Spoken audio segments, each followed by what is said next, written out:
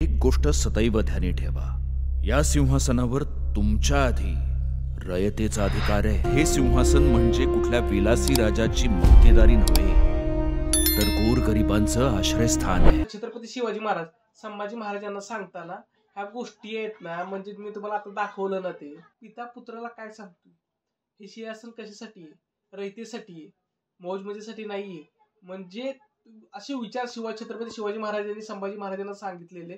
आणि टीजरची सुरुवातच येणे होती या। तर मला असं वाटतंय की ना, याचं लेखन हा चित्रपटाचं खूप भारी झालं असणार। मी खूप जास्त एक्साइटेड झालो होतो टीजर बघून, काय व्हिज्युअल्स दिसतात आपल्याला।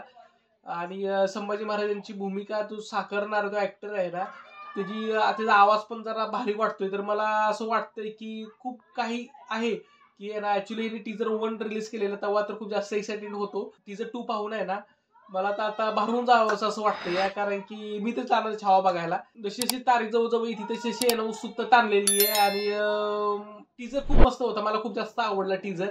आणि खूप जास्त मजा येणार आहे ऍक्च्युली।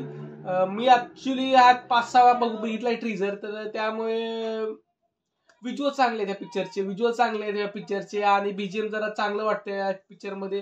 डायलॉग खूप चांगले आहेत पिक्चरचे, डायरेक्शन आपल्याला समजेल जेव्हा पिक्चर बघू आपण तेव्हा। पण तुम्ही हमखास हा टीजर बघा।